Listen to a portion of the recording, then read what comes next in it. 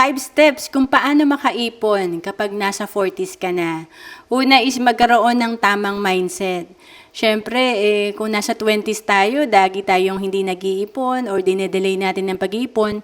Ngayong nasa 40s tayo, importante maging priority natin ang pag-iipon. This time, ikaw naman, importante nakakapagtabi ka para sa retirement mo kasi 10 to 20 years na lang, kailangan mahit mo na yung target mo para ikaw ay makapag-retire ng comfortable. And then, pangalawa, gumawa ka ng financial plan. Target mo ba makaipon ng 1 million? I-compute natin kung kailan natin to gustong ma-hit. 5 years from now, 10 years from now. Para talagang gawa natin ng paraan kung kulang ang ating kinikita. And then, pangatlo, bayaran mo lahat ng iyong mga utang.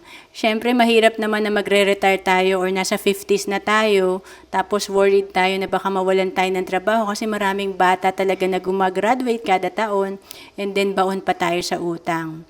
And then, pang-apat, i-apply ang prosperity formula. Dahil nga priority na natin makapagtabi para sa atin, at least 20% ng iyong kinikita, dapat itatabi mo yan para sa iyong sarili. Kaya nga sabi, pay yourself first. And then pang-5, maghanap ka ng paraan kung paano mapapalaki ang iyong income.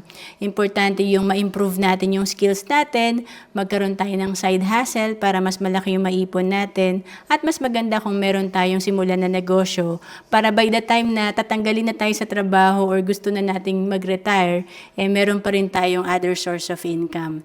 And to know more about savings and investment, message mo lang ako sa Facebook, Roan Celis Capistrano, or email me at roan.capistrano@gmail.com.